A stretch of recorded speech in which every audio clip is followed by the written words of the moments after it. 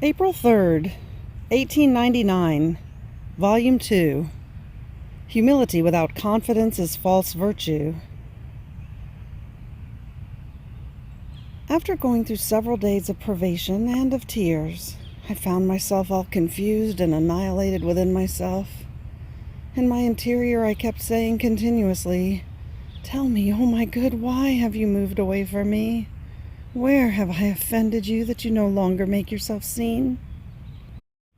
And if you show yourself, you are almost concealed and silent. Oh, please do not make me wait and wait any longer, for my heart cannot take any more." Finally, Jesus showed himself a little more clearly, and in seeing me so annihilated, he told me, "If you knew how much I like humility. Humility is the littlest plant that can be found, but its branches are so high as to reach heaven, wind their way around my throne, and penetrate deep into my heart. This little plant is humility, and the branches which this plant produces are confidence. So there cannot be true humility without confidence. Humility without confidence is false virtue." From the words of Jesus, it shows that my heart was not only annihilated, but also a little discouraged.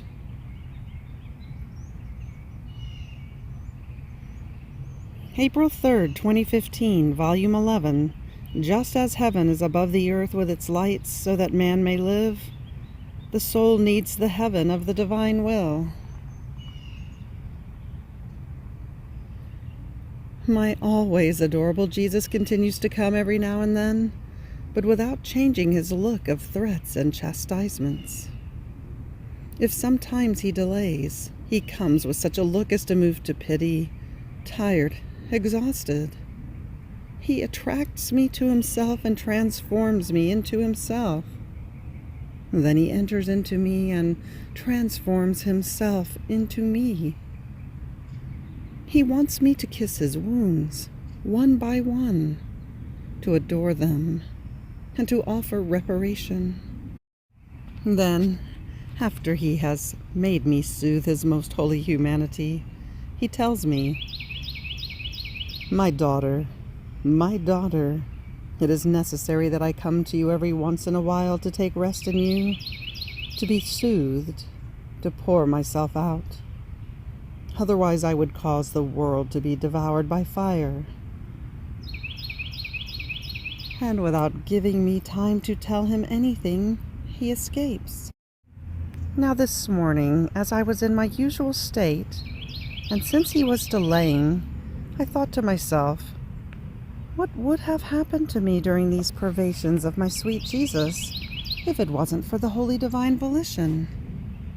Who would have given me life, strength, help? Oh, holy divine volition, in you I enclose myself. In you I abandon myself. In you I rest. Ah, all run away from me, even suffering, and even that same Jesus who once seemed unable to be without me. You alone do not escape from me, O holy will of God. Please, I beg you, when you see that my weak forces can take no more, reveal to me my sweet Jesus, whom you hide from me and whom you possess. Oh, holy volition, I adore you, I kiss you, I thank you, but do not be cruel with me. As I was thinking and praying like this, I felt invested by a most pure light. And the holy volition, revealing Jesus to me, told me, my daughter, the soul without my will would have been like the earth without the heavens, stars, sun, and moon. The earth in itself is nothing other than precipices, steep heights, waters, and darkness.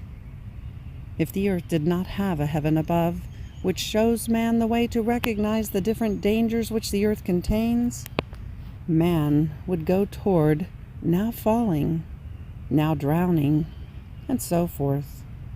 But there is a heaven above, especially with the sun, which says to man in a mute language, "See, I have no eyes, no hands, and no feet, but I am the light of your eyes, the action of your hand, and the step of your foot.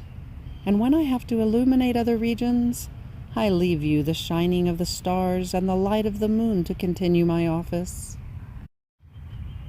Now, as I gave a heaven to man for the good of his nature, to his soul too, which is more noble, I gave the heaven of my will, because the soul too contains precipices and steep heights, which are passions, virtues, tendencies, and other things. If the soul moves out from under the heaven of my will, she will do nothing other than fall from sin to sin. Passions will drown her, and the heights of virtues will turn into abysses. Therefore, just as everything would be disordered and infertile on the earth without a heaven, the same happens in the soul without my will.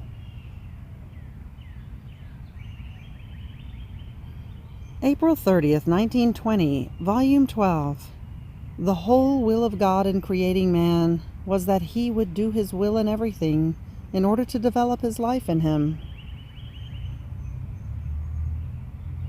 Continuing in my poor state, I felt my lovable Jesus in my interior, who was uniting with me in prayer. And then he told me, "My daughter, my whole will in creating man was that he would do my will in everything. And as he would continue to do my will, little by little I would complete my life in him in such a way that, after repeated acts done in my will, forming my life in him, I would come to him. And finding him similar to me, as the sun of my life would find sun of my life formed in his soul, it would absorb him within me. And as the two would be transformed together, like two suns into one, I would bring him into the delights of heaven. Now, as the creature does not do my will, or if she does it every now and then, my life is halved by the human life, and the divine life cannot be completed. It is obscured by the human acts, and does not receive abundant food sufficient to the development of a life. And therefore the soul is in continuous opposition to the purpose of creation. And alas, how many are those who, by living the life of passions and of sin, form the diabolical life within themselves. April 3rd, 1927, Volume 21. Effects of a love that loves freely, and effects of a forced love. How the acts done in the divine will are done with fullness, and are complete and exuberant. While I was all afflicted because of his privation, and almost petrified by the pain of seeing myself as though forgotten by my beloved Jesus, he came out from within my interior, and leaning his hands upon my shoulders, he placed his head on my breast, and breathed strongly, saying, "All await your acts."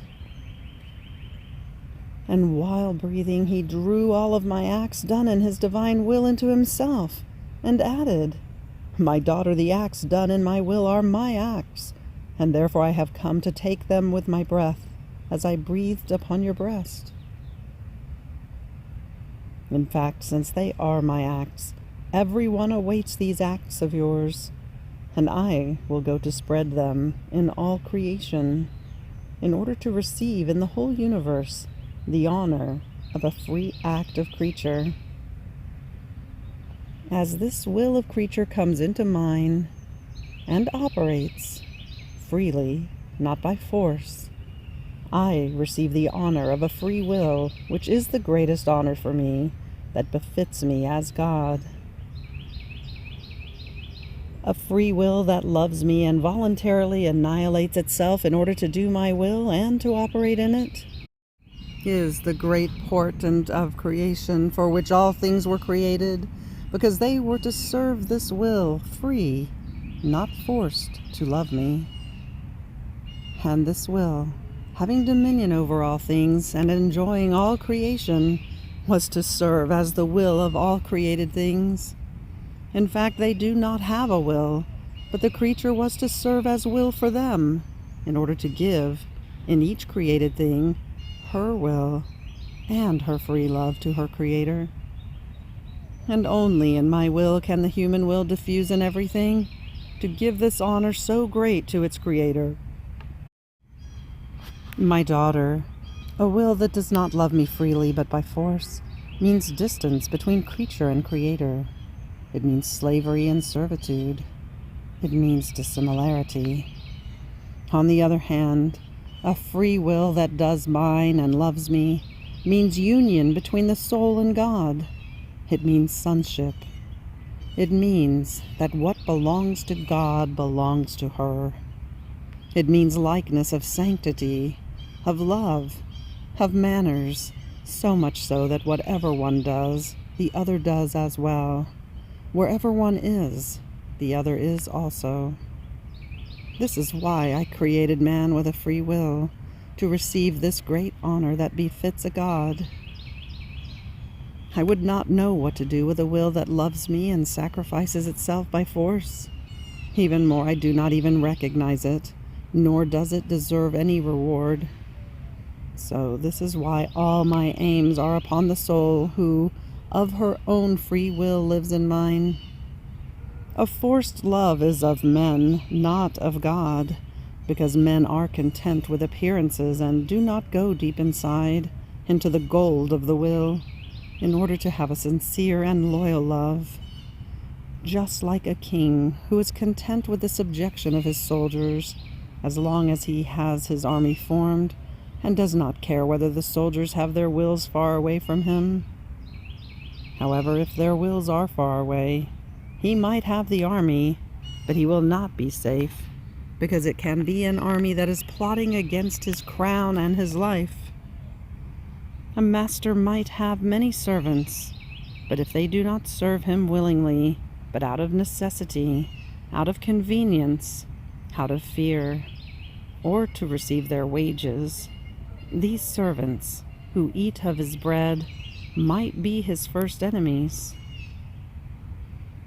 But your Jesus, who sees the depth of the will, is not satisfied with appearances.